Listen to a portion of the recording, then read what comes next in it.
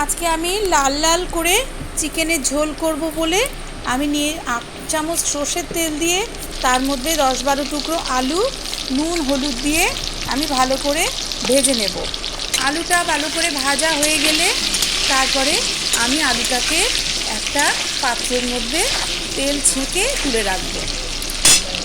আমি দুটো একটা করে আলু তুলবো যাতে আলুতে তেলটা না থাকে। আমি তেলটা ছেঁকেই আমি তুলে নেব।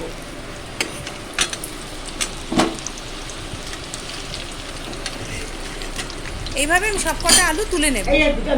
এবার তেজপাতা গোটা গরম মশলা ফোড়ন দিয়ে দুটো বড় সাইজের পেঁয়াজ কুচোনো আমি দিয়ে দিলাম।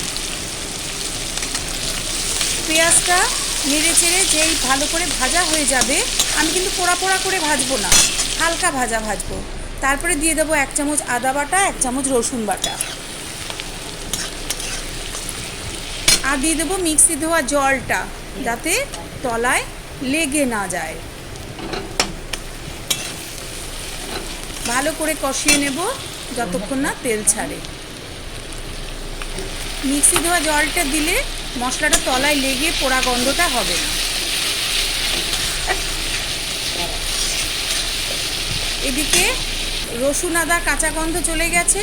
এবার আমি একে একে দিয়ে দেবো হলুদ গুঁড়ো, লঙ্কার গুঁড়ো, জিরের গুঁড়ো আর স্বাদ মতো নুন। আমি আবারও একটু জল দেব। অল্প অল্প জলের ছিটে দিয়ে মশলা কষালে মশলার সুগন্ধটা ভালোই থাকে, আর কি স্বাদটাও ভালো বাড়ে। মশলা কষানো হয়ে গেছে। যেহেতু আমি লাল লাল চিকেনটা করব, তাই আমি একটু টমেটো সস দিয়ে দিলাম। আমি আজকে দই বা কাঁচা টমেটো কিছুই দিইনি। এবার আমি মশলা কষানো হয়ে গেছে, 500 গ্রাম চিকেন ভালো করে ধুয়ে জল ঝরিয়ে আমি এর মধ্যে দিয়ে দিলাম। আজকে আমি মাংস কিন্তু ম্যারিনেট করিনি, আমি ডাইরেক্ট কড়াই দিলাম। একটু লেবুর রস দিয়ে ধুয়ে নিয়েছিলাম শুধু। চিকেন ঢাকা দিয়ে বারবার ঢাকা দিয়ে আমি চিকেনটাকে ভালো করে কষাবো যাতে চিকেনটা সেদ্ধ হয়, এদিকে মশলাটাও কষানো হয়। চিকেনটা ভালো করে যখন কষানো হয়ে যাবে, তেল বেরিয়ে আসবে, তখন ভালো করে নেড়ে চেড়ে আমি ভেজে রাখা আলুটা দিয়ে দেব। আলুটা দিয়ে দিলাম, দিয়ে আমি আবারও ভালো করে কষাবো।